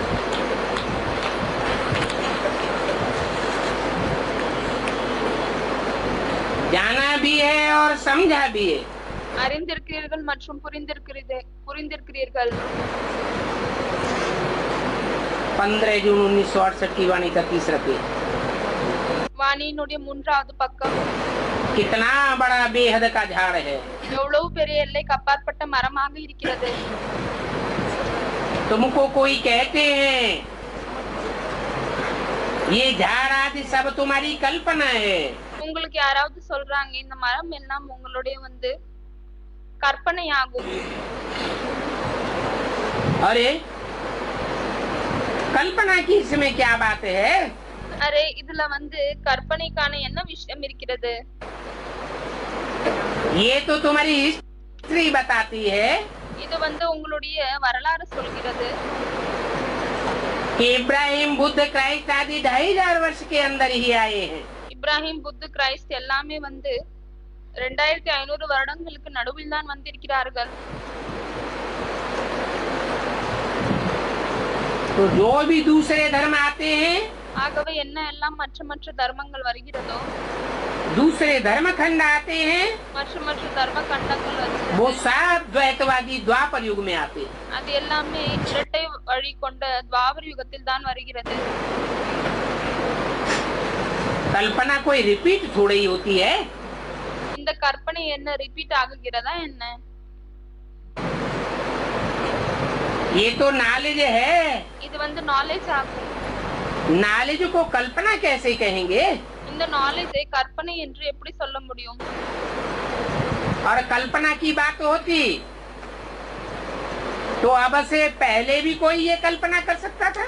மற்றும் ஒருவேளை கற்பனைக்காக விஷயமாக இருந்திருந்தால் இதற்கு முன்னால் கூட யாராவது இதை பற்றி கற்பனை செய்திருக்கலாம்। कहता बाप और रचना के आदि मध्य अंत की नॉलेज पहले क्यों नहीं किसी ने कल्पना कर? ஆகவே அப்படி இருக்கும் பொழுது படைப்பு மற்றும் படைக்கக்கூடிய தந்தையினுடைய நாலேஜை முன்னால் யாருமே ஏன் கற்பனை செய்யவில்லை? ये तो पढ़ाई है। இது படிப்பாகும்। कोई पढ़ करके क्या क्या बन जाते हैं, யாராவது படித்துவிட்டு என்னெல்லாம் ஆகுகிறார்கள், तो उसको कल्पना कैसे कहेंगे? ஆகவே அதை கற்பனை என்று எப்படி சொல்ல முடியும்? ये नॉलेज है। இது நாலேஜ் ஆகும்। ये नई बातों की नॉलेज है सारी दुनिया के लिए। இது புதிய விஷயத்திற்கான நாலேஜ் முழு உலகத்திற்காகவும் இருக்கிறது। क्योंकि ये भगवान वाच है। ஏனென்றால் இது பகவான் மூலமாக சொல்லப்பட்ட வாக்கியங்களாகும்। नॉलेज भी नहीं है। இந்த நாலேஜும் கூட புதியதாகும்। और ये ऊंचते ऊंच भगवान भी नया है। மற்றும் இந்த உயர்ந்ததிலும் உயர்ந்த தந்தையும் கூட புதியவர் ஆவார்।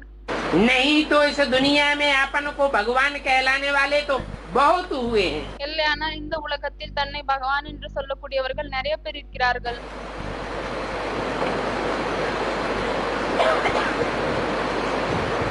ये भी कहते हैं कृष्ण भगवान वाच।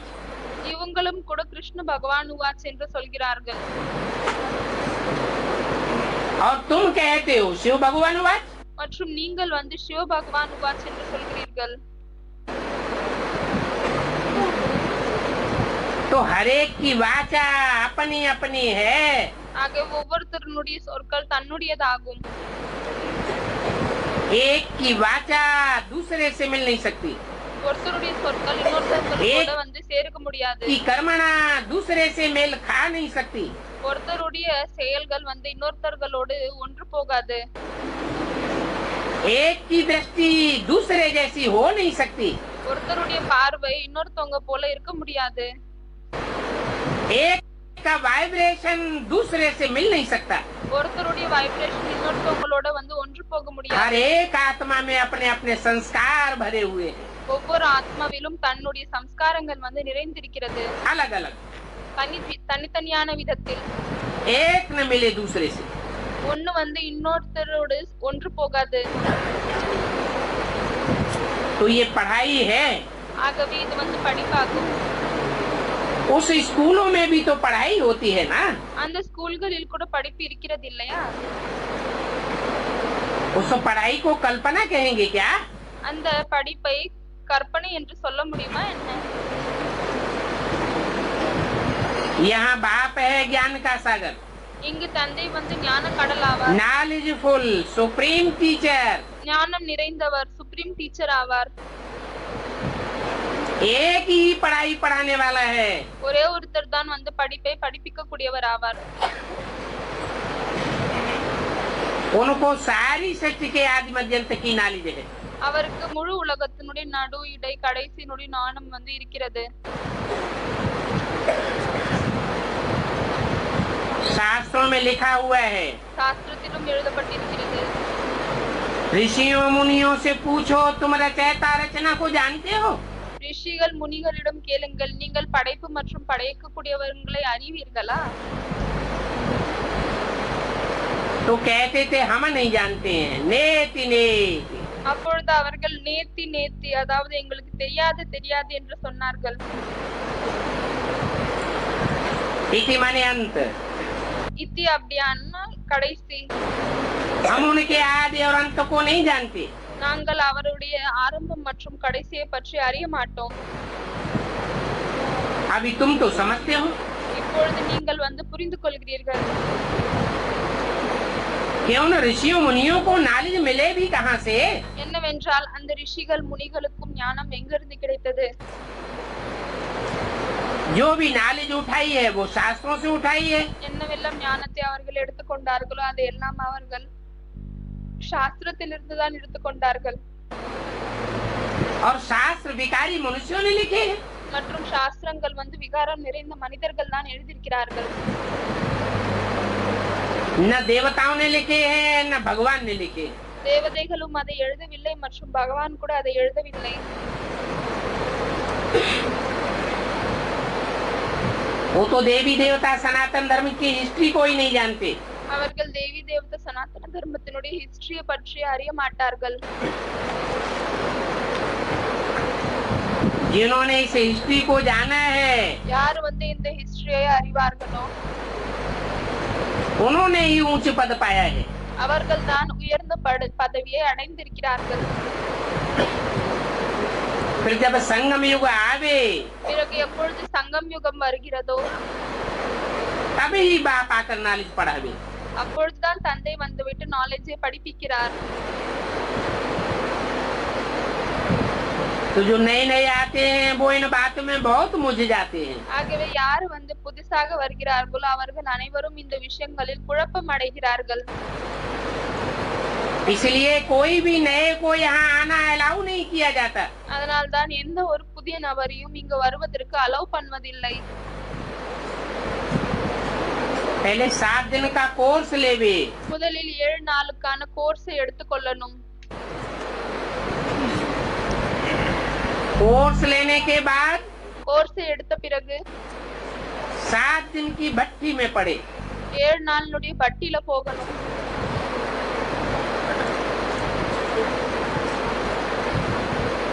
बाद में ये नॉलेज समझ में आवेगी। அதற்கு பிறகுதான் இந்த ஞானம் வந்து புரிய வரும்.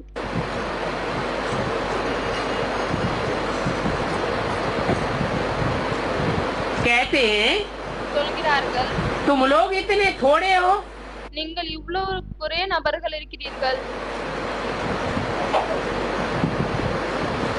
इतने थोड़े लोगों को ही इतनी ये भगवान की नॉलेज मिलती है। இவ்வளவு குறைந்த நபர்களுக்கு தான் பகவானுடைய ஞானமே கிடைத்திருக்கிறா என்று கேட்கிறார்கள். तुम इतने थोड़े ही राइट हो, நீங்கள் இவ்வளவு குறைந்த நபர்கள் தான் சரியானவர்களா என்ன? बाकी सारी दुनिया रंग है। மற்ற முழு உலகமும் தவறானதா என்ன? क्या ये शास्त्र आदि सब झूठे हैं? என்ன இந்த அனைத்து சாஸ்திரங்கள் எல்லாம் பொய்யானதா? ये बाइबल, कुरान, रामायण, महाभारत ये सब झूठे हैं क्या? இந்த பைபிள், குரான், ராமாயணம், மகாபாரதம் இந்த அனைத்து சாஸ்திரங்களும் பொய்யானதா என்ன? बाप कहते हैं தந்தை சொல்கிறார், कि सब शास्त्रों का माई बाप गीता ही झूठी। அனைத்து சாஸ்திரங்களுடைய தாய் தந்தையாக இருக்கக்கூடிய கீதையே பொய்யானதாகும். तो सब शास्त्र बाल बच्चे भी झूठे हो जाते हैं। அப்படி இருக்கும் பொழுது அனைத்து சாஸ்திரங்கள் குழந்தை குட்டிகளும் கூட பொய்யானவர்களாக தான் ஆகிவிடுகிறார்கள். अभी तुम बच्चे जानते हो இப்பொழுது குழந்தைகளாகி நீங்கள் அறிவீர்கள், कि वर्षा इन शास्त्रों से नहीं मिलेगा, ஆஸ்தி இந்த சாஸ்திரங்கள் மூலமாக கிடைக்காது. वर्षा गीता से भी नहीं मिलेगा। ஆஸ்தி என்பது கீதையிடம் இருந்தும் கிடைக்காது. किससे मिलेगा? யாரிடம் இருந்து கிடைக்கும்? वर्षा एक बाप से मिलता है। ஆஸ்தி ஒரு தந்தையிடம் இருந்து தான் கிடைக்கும். कहते हैं गीता माई बाप है, சொல்லவும் செய்கிறார்கள், கீதா தான் வந்து தாய் தந்தையாகும். हमारा है ही प्रवृत्ति मार्ग। நம்மளது இல்லற மார்க்கமாகும். माता है तो बाप भी चाहिए। தாய் இருக்கிறாங்க அப்படின்னா தந்தையும் கூட இருப்பார், தந்தையும் கூட வேண்டும்.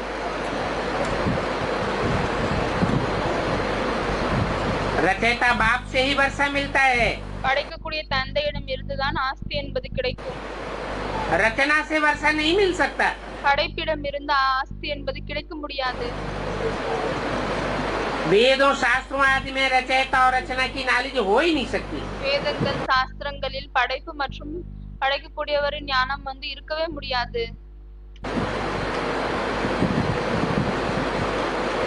क्यों नहीं हो सकती? ஏன் இருக்க முடியாது?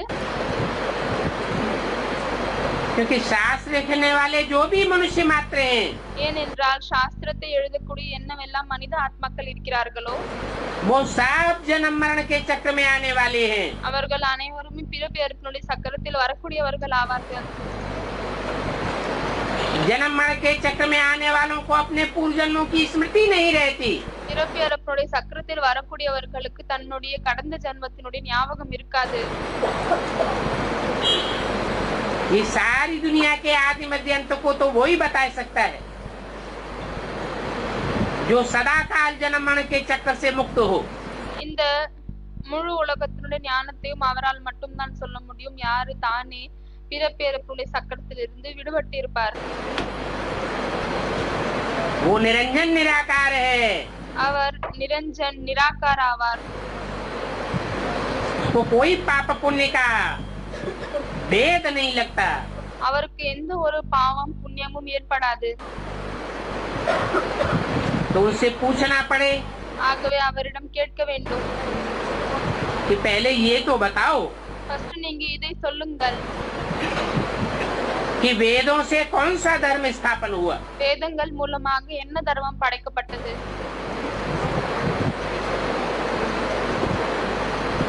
कहते हैं वैदिक धर्म स्थापन हुआ। சொல்கிறார்கள் வைதிக் தர்மம் என்பது ஸ்தாபனையானது, படைக்கப்பட்டது. अरे धर्म का नाम धर्म पिता के आधार पर पड़ता है या पुस्तक के आधार पर पड़ता है? அரே, தர்மத்தினுடைய பெயர் தர்மத்தினுடைய தந்தையின் அடிப்படையில் வைக்கப்படுகிறதா இல்லையானால் புத்தகத்தின் அடிப்படையில் வைக்கப்படுகிறதா? बाइबल से कोई बाइबल ही धर्म निकला क्या? பைபிள் மூலமாக ஏதாவது பைபிளி தர்மம் வந்து வெளியே வந்ததா என்ன? कुरान से कोई कुरानी धर्म निकलता है क्या? குரான் மூலமாக ஏதாவது குரானி தர்மம் என்பது வெளியே வந்ததா என்ன? ये तो बाप आकर के இது வந்து தந்தை தான் வந்துவிட்டு सनातन धर्म की स्थापना करते हैं। சனாதன தர்மத்தை படைக்கிறார்। कोई सनातन पुरुष के द्वारा। सनातन माने पुराने से पुराना। ஏதோ ஒரு சனாதன் ஆண் மூலமாக உருவாக்குகிறார்। சனாதன் என்றால் பழையதிலும் பழைய ஆண்। और मुख्य धर्म तो है ही 4। மற்றும் முக்கியமான தர்மங்களே 4 தான் இருக்கு। हर एक धर्म का एक मुख्य शास्त्र होता है। ஒவ்வொரு தர்மத்திற்கும் ஒரு முக்கியமான சாஸ்திரம் இருக்கிறது। ये हिंदू धर्म के तो कितने शास्त्र बनाई दिए। இந்த இந்து தர்மத்திற்கு பார்த்தீர்கள் என்றால் எவ்வளவு சாஸ்திரங்களை உருவாக்கி விட்டனர்। 10 शास्त्र थोड़े ही होते हैं। 10 சாஸ்திரங்கள் ஏதாவது இருக்குமா என்ன? शासन करने वाला विधान तो एक होता है ना। ஆட்சி செய்யக்கூடிய ஆட்சி முறை ஏதாவது ஒண்ணுதானே இருக்கும்। भारत की गवर्नमेंट का संविधान बनाया गया। பாரதத்தினுடைய கவர்மெண்ட்டுக்கு கான்ஸ்டிடியூஷனை வந்து உருவாக்குனாங்க। एक संविधान है या 2-4 हैं? அப்பொழுது ஒரு கான்ஸ்டிடியூஷன் இருக்கா இல்லையானால் 2-4 இருக்கா? तो ये भी वंडरफुल बात है। ஆகவே இது கூட வந்து அற்புதமான விஷயங்கள் ஆகும்। जो एक भी मनुष्य नहीं जानते। எதை வந்து ஒரு மனிதர்கள் கூட அறிய மாட்டார்கள்। अभी बाप ही आकर के ब्राह्मण कुल स्थापन करते हैं। இப்பொழுது தந்தை தான் வந்துவிட்டு பிராமண குலத்தை படைக்கிறார்। जो पक्के पक्के ब्राह्मण बनते हैं सो पक्के देवता बनेंगे। யார் உறுதியான பிராமணர்கள் ஆகுவார்களோ அவர்கள் தான் உறுதியான தேவதைகள் ஆகுவார்கள்। बाप आकर कोई शूद्रों को नॉलेज नहीं देते हैं। தந்தை விட்டு எந்த ஒரு சூத்திரர்களுக்கும் ஞானத்தை கொடுப்பதில்லை। शूद्रों को नॉलेज देने का सिलसिला कब तक चला? சூத்திரர்களுக்கு ஞானத்தை கொடுக்கக்கூடிய விஷயம் எப்பொழுது வரைக்கும் நடந்தது? है? है? 69 तक शूद्रों को ज्ञान दिया गया। 59 வரை சூத்திரர்களுக்கு ஞானத்தை கொடுக்கப்பட்டதா என்ன? है? 69 69 வரை 69 तक शूद्रों को ज्ञान दिया गया। 69 வரை சூத்திரர்களுக்கு ஞானம் கொடுக்கப்பட்டதா என்ன? उसके बाद ब्राह्मणों को ज्ञान दिया गया। அதற்கு பிறகு பிராமணர்களுக்கு ஞானம் வழங்கப்பட்டதா என்ன? अरे बाप कब आते हैं? அரே தந்தை எப்பொழுது வருகிறார்? तो 76 में जब आवेंगे तभी तो ब्राह्मणों को ज्ञान देंगे। 76 எப்பொழுது வருகிறாரோ அப்பொழுதுதானே பிராமணர்களுக்கு ஞானத்தை கொடுப்பார்।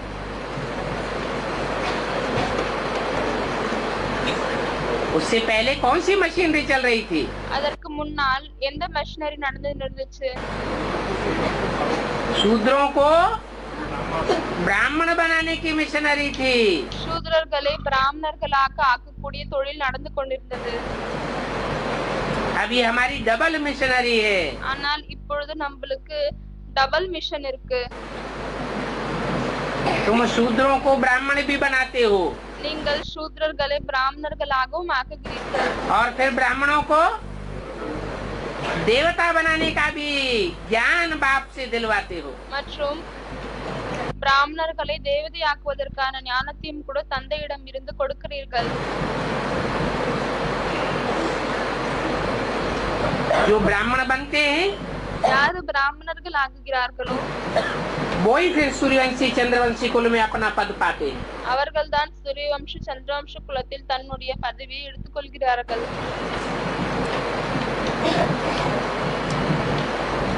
इस बात का किसी को पता नहीं है। இந்த விஷயத்தை பற்றி யாருமே அறிய மாட்டார்கள்। ये शास्त्र आदि सब रचना है। இந்த சாஸ்திரங்கள் எல்லாமே வந்து படைப்பாகும்। रचयिता तो एक ही बाप है। படைக்கக்கூடியவர் ஒரே ஒரு தந்தை ஆவார்।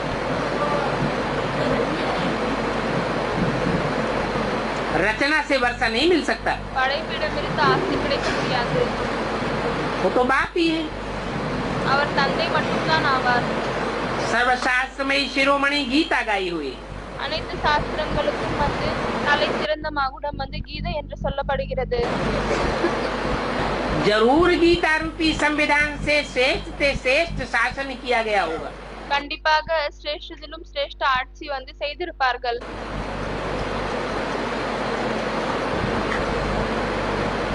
अभी ये कोई नहीं जानते हैं कि भगवान किसको कहा जाता है। இப்பொழுது யாரையுமே பகவான் யார் என்று சொல்ல முடியாது. भगवान कहा जाता है ईश्वर को। பகவான் ஈஸ்வரை தான் சொல்லப்படுகிறது. ईश माने शासन करता। ஈஷ் அப்படியானால் ஆட்சி செய்யக்கூடியவர். वर माने श्रेष्ठ। வர் அப்படியானால் சிரேஷ்டமானவர். जो दुनिया का श्रेष्ठ शासन करता है। யார் உலகத்தினுடைய சிரேஷ்டத்திலும் சிரேஷ்டமான ஆட்சியை செய்கிறார்.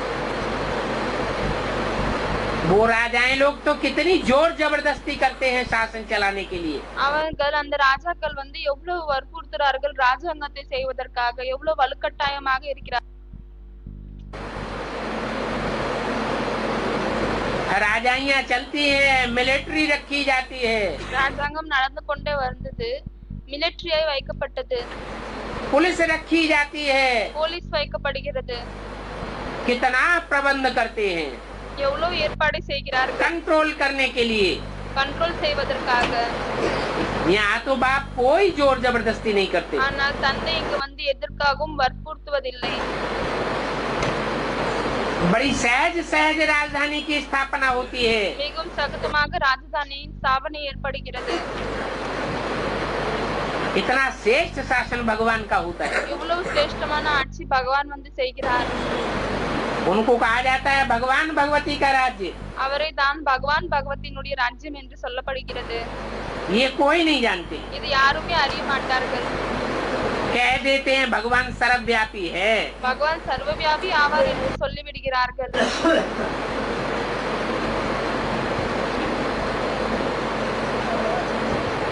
जैसे अभी दुनिया के देशों में எப்படி இப்பொழுது உலகத்தில் இருக்கக்கூடிய நாடுகளில் जो राज्य है वो किसका राज्य है? எந்த ராஜ்யம் நடந்து கொண்டிருக்கிறதோ அது யாருடைய ராஜாங்கமாகும்? एक का राज्य है या प्रजा के ऊपर प्रजा का राज्य है? ஒருத்தருடைய ராஜ்யமா இல்லையானால் பிரஜைகளின் மீது பிரஜைகளுடைய ராஜ்யமா? सब देशों में प्रजा के ऊपर प्रजा का राज्य है। அனைத்து ராஜ்யத்திலும் பிரஜைக்கு மீது பிரஜையினுடைய ராஜ்யமாக இருக்கிறது. तो जैसे कि सब शासन करता हो गए। அப்பொழுது எப்படியானால் அனைவருமே ஆட்சி செய்யக்கூடியவர்களாக ஆகிவிட்டனர். जैसे भगवान को सर्वव्यापी बताई दिया, वैसे शासन करने वाले सर्वव्यापी हो गए। எப்படி பகவானை சர்வவியாபி என்று சொல்லிவிட்டனர், அதே போலவே ஆட்சி செய்யக்கூடியவரையும் சர்வவியாபி என்று சொல்லிவிட்டனர்.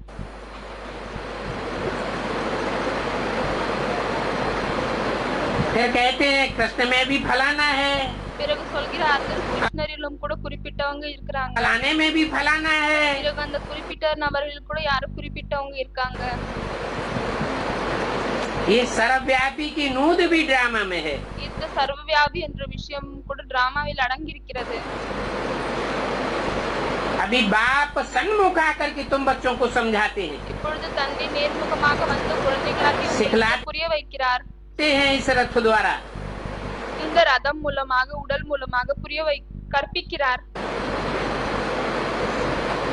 क्योंकि राजधानी तो स्थापन होनी है ना, ஏனென்றால் ராஜதானி என்பது ஸ்தாபனை ஆகணும் இல்லையா? तो रथ तो जरूर चाहिए। அப்பொழுது கண்டிப்பாக ரதம் தேவை. क्योंकि आत्मा तो है निराकार। ஏனென்றால் ஆத்மா என்பது நிராகார ஆகும். निराकार तो सिखला नहीं सके। நிராகாரால கற்பிக்க முடியாது. निराकार आत्मा को साकार शरीर मिलता है। நிராகார ஆத்மாவிற்கு சாகார உடல் கிடைக்கிறது. निराकार और साकार दोनों को मिलाने से जीव आत्मा कहा जाता है। நிராகார் மற்றும் சாகார் ரெண்டு பேரையும் இணைக்கும் காரணத்தால் ஜீவாத்மா என்று சொல்லப்படுகிறது. जीवित आत्मा, ஜீவிதாத்மா என்று சொல்லப்படுகிறது, உயிருள்ள ஆத்மா. नहीं तो परम धाम में शरीर नहीं होता है।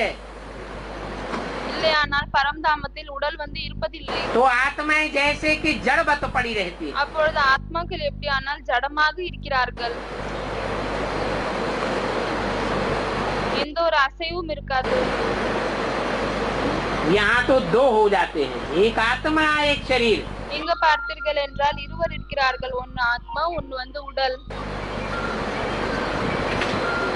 तो ये अर्थ भी किसी की बुद्धि में नहीं है कि आत्मा क्या चीज है। ஆகவே இந்த விஷயம் கூட யாருடைய புத்தியிலும் இல்லை, என்னவென்றால் ஆத்மா என்னவாகும் என்று. तो जब आत्मा को ही नहीं जानते हैं ஆகவே எப்பொழுது ஆத்மாவே அறிய மாட்டார்களோ तो फिर बाप को कैसे जाने। அப்பொழுது தந்தை எப்படி அறிவார்கள்? अभी बाप बैठ तुम बच्चों को रियलाइज कराते हैं இப்பொழுது தந்தை அமர்ந்து கொண்டு குழந்தைகளாகிய உங்களுக்கு இதை உணர வைக்கிறார். कि तुम देह नहीं हो, நீங்கள் உடல் கிடையாது, देह को चलाने वाली तुम आत्मा हो। தேகத்தை நடத்தக்கூடியவர்கள் நீங்கள் ஆத்மாக்கள் ஆவீர்கள். देह में हरकत करने वाली इंद्रियों को चलाने वाली तुम आत्मा हो। தேகத்தினுடைய உறுப்புகளில் அசைவு கொண்டு வரக்கூடிய நீங்கள் ஆத்மாக்கள் ஆவீர்கள். आत्मा और परमात्मा का ज्ञान बाप ही आकर देते। ஆத்மா மற்றும் பரமாத்மாவுடைய ஞானத்தை தந்தை தான் வந்து கொடுக்கிறார். ओम शांति। ஓம் சாந்தி.